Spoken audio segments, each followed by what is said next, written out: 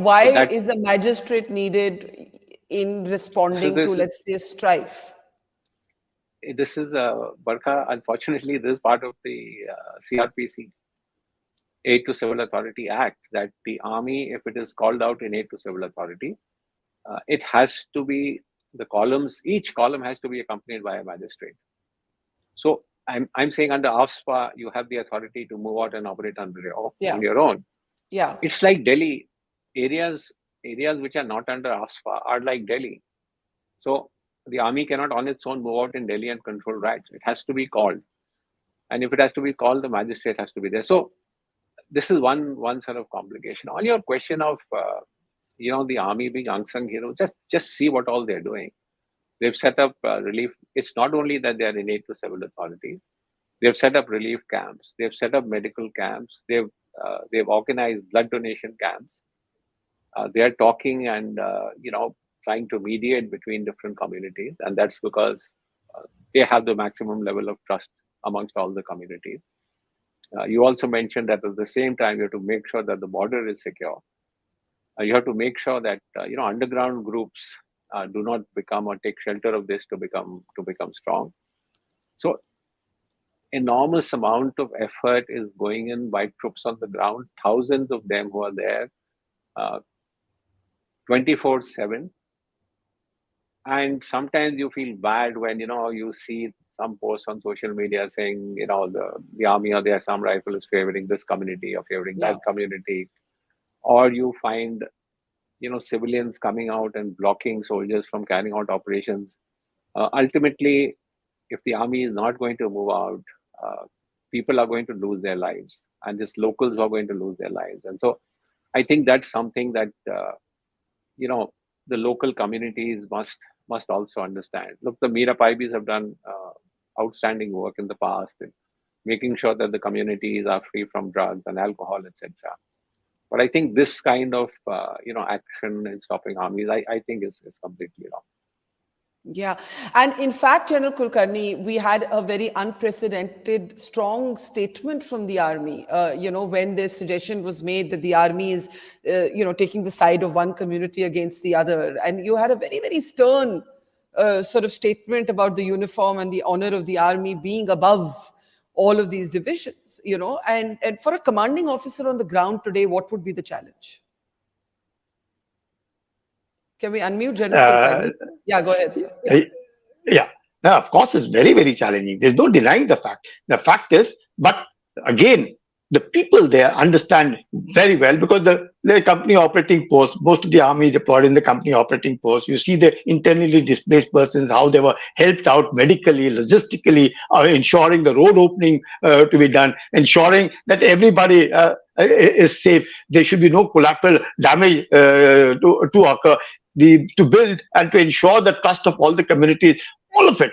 The army has a huge role to play, and therefore the commanding officer at this point of time, he alone has the faith and respect and the trust of the people around him, the villagers. You'll find anything and everything in Manipur today operating through. And therefore, there's also a need. They know not just that they're operating, they have to tie up with the civil administration because Article 355 is there, not Article 356. So they are working through the civil administration. They're working through the local police over there. They're ensuring that the road opening is there. Logistically, the curfew at most of the times it gets lifted at say 5 in the morning till almost 6 in the evening. There's no curfew. So to see to that there are no riots that take place, no firing takes place, all these kind of things.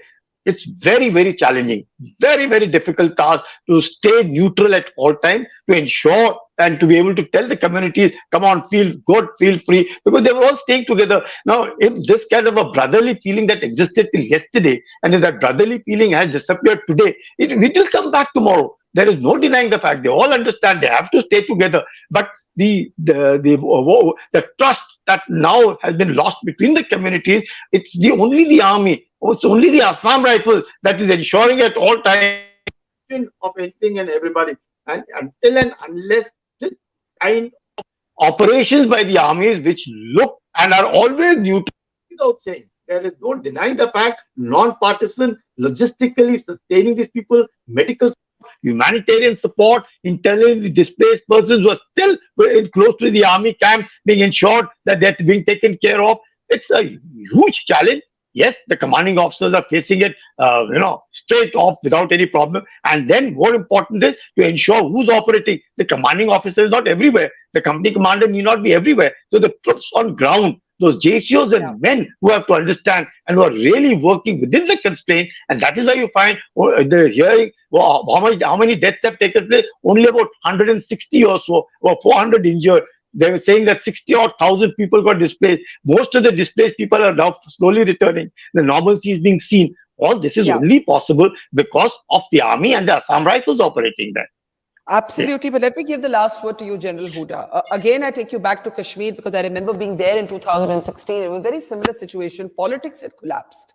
The politicians were not taking the lead in bringing people together. I remember you actually conducting a kind of mini press conference at that time and saying, and I'll never forget this, you said, we are ready to sit at the table. You actually made an open appeal as a commander saying, come to the table, we'll talk to you. And it's not an identical situation, of course, it's a different history, different context. But today, again, it's the army that's not just at the border with Myanmar, it's the army that's taking on all of these communities who are weaponized today. This is a weaponized internal conflict, but they're our own people. They're not necessarily against the state. It's the army that's having to sort of release militants, even in instances, to keep the larger peace.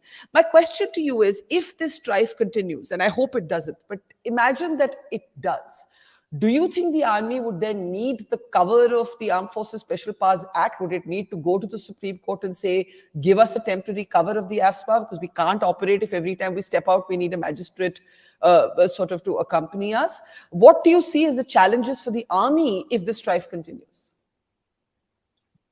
So, Barkha, challenges are, as you said, how long can you operate? So it's not as if the AFSPA does not exist anywhere in Manipur. So, but there are areas where, particularly in the Imphal town, where the AFSPA has been lifted, and so if you have to operate there, it's going to be a constant challenge.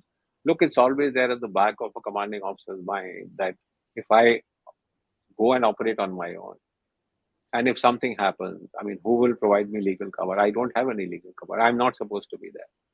At the same time, he's seeing, a situation that is emerging, and these flashpoints come up immediately.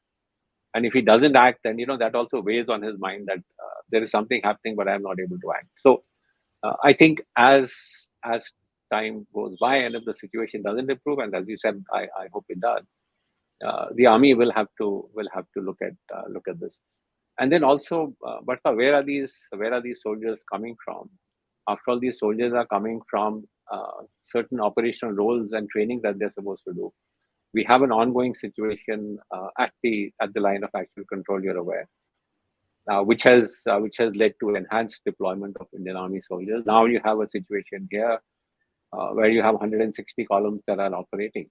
So I think it's important that we are able to at least bring calm to the situation in Manipur.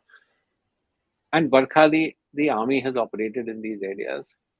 Army understands what we call the human terrain very well, which is why it understands that there is a need to do an outreach to the local communities, try and get them at least on some ways to negotiate or find some middle ground so that violence dampens down.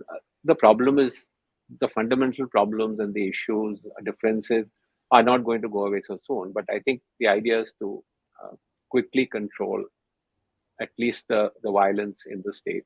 And my last point, Barkha, is, for all those social media warriors, who are sitting and saying, why did the army release these KYKL militants? The army should operate like this. The army should operate like that.